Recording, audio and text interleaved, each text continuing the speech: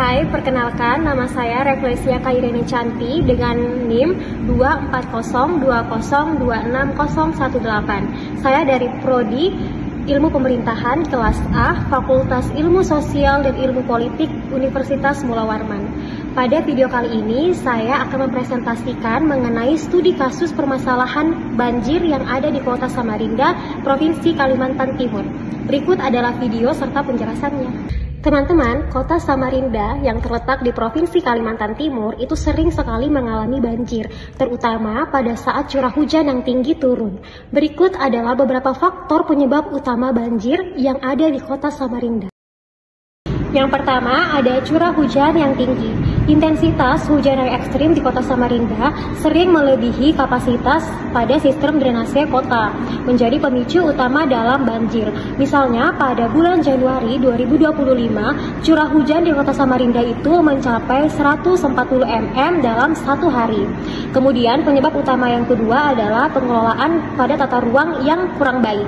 Perubahan penggunaan lahan yang tidak terencana seperti pembukaan lahan untuk pembangunan tanpa disertai adanya infrastruktur penunjang seperti kolam retensi dapat mengakibatkan peningkatan debit air limpasan. Kemudian yang ketiga, ada alih fungsi lahan. Urbanisasi yang cepat menggantikan area hijau yang berfungsi sebagai resapan air dapat memperburuk masalah banjir. Dan penyebab utama yang keempat terjadinya banjir di Kota Samarinda itu ada pada aktivitas pertambangan. Kegiatan pertambangan yang ada di sekitar Kota Samarinda itu menyebabkan sedimentasi sungai dan mengurangi daerah resapan air. Dan hal ini dapat menyebabkan atau meningkatkan risiko adanya masalah banjir. Untuk mengatasi masalah banjir di Kota Samarinda, pemerintah daerah telah mengambil beberapa kebijakan. Kebijakan yang pertama adalah pembangunan sistem drainase baru. Dalam hal ini, pemerintah dapat membangun dan memperbaiki infrastruktur drainase untuk meningkatkan kapasitas penampungan air. Yang kedua, ada penertiban alih fungsi lahan, yaitu mengatur penggunaan lahan untuk mencegah pembukaan lahan yang tidak sesuai dengan rencana tata ruang. Kemudian yang ketiga, ada program edukasi terhadap masyarakat. Pemerintah dapat melibatkan masyarakat dalam program pengelolaan lingkungan untuk meningkatkan kesadaran akan pentingnya menjaga daerah resapan air dan mitigasi risiko terjadinya banjir. Kemudian kebijakan yang keempat yaitu ada pada kolaborasi dengan berbagai pihak.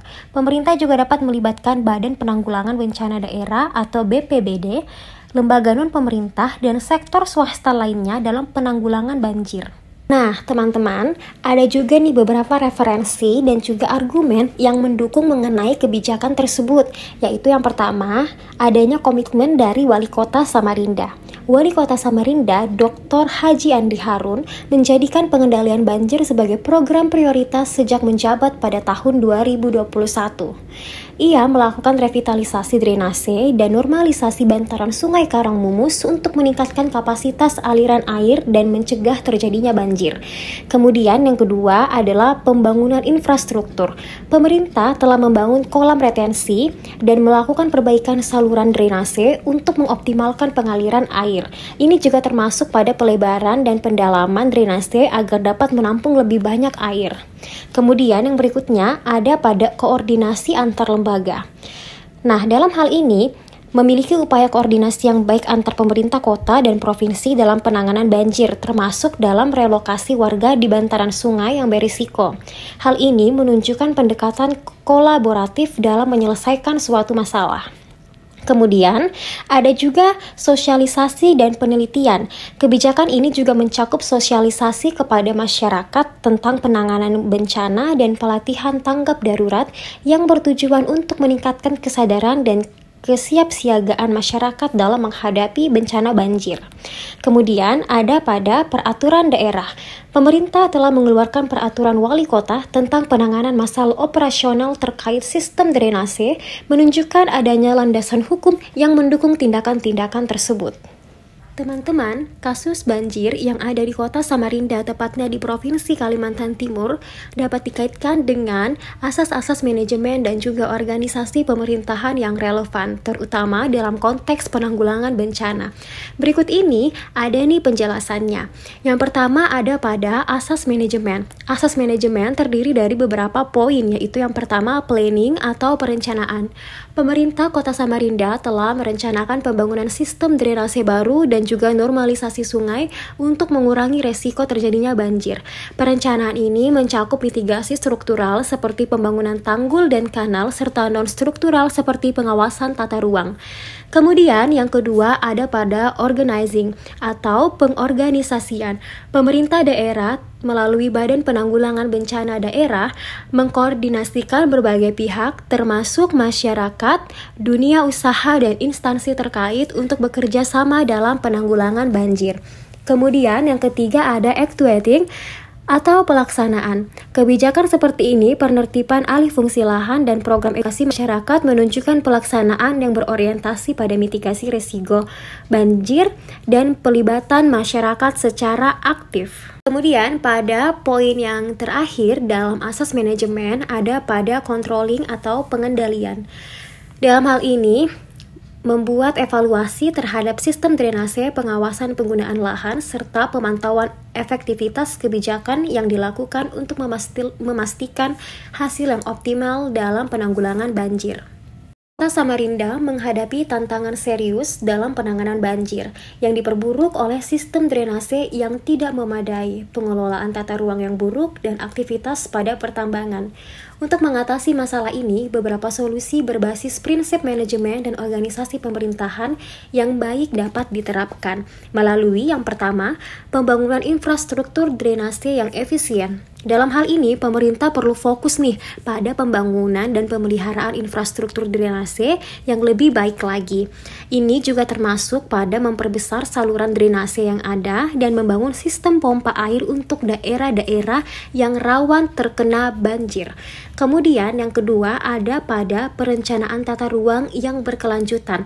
Dalam hal ini, melakukan perencanaan tata ruang yang lebih ketat lagi untuk mencegah alih fungsi lahan yang tidak sesuai. Ini juga termasuk untuk melindungi area resapan air dan juga mengatur pembangunan perumahan serta area komersial. Kemudian yang ketiga, pemberdayaan masyarakat. Nah, masyarakat nih teman-teman juga perlu untuk diajak bersama untuk berpartisipasi dalam program pengelolaan lingkungan seperti pelatihan tentang mitigasi banjir dan juga pentingnya untuk menjaga kebersihan lingkungan sekitar agar kita terbebas dari banjir. Kemudian pada poin yang keempat ada pada kolaborasi multi-stakeholder. Dalam hal ini, membangun bekerjasama antara pemerintah, masyarakat, LSM, dan juga sektor swasta untuk meningkatkan efektivitas penanganan banjir. Perlu juga nih untuk diadakan pembentukan tim khusus untuk menangani banjir yang dapat membantu dalam koordinasi dan pelaksanaan program tersebut. Kemudian yang terakhir yang kelima adalah edukasi dan juga kesadaran masyarakat. Hal ini sangat penting juga nih teman-teman. Dalam hal ini juga kita bisa lakukan dengan meluncurkan program edukasi mengenai resiko banjir dan cara mitigasinya, sehingga masyarakat lebih sadar akan pentingnya menjaga lingkungan. Dengan menerapkan langkah-langkah ini secara terintegrasi, diharapkan Kota Samarinda dapat mengurangi resiko banjir dan meningkatkan kualitas hidup warganya, terkhususnya memiliki hidup yang sejahtera. Demikianlah video presentasi mengenai studi kasus masalah banjir yang ada di Kota Samarinda, Provinsi Kalimantan Timur yang dapat saya sampaikan. Saya ucapkan terima kasih dan mohon maaf jika terdapat kekurangan di dalam pembuatan video ini.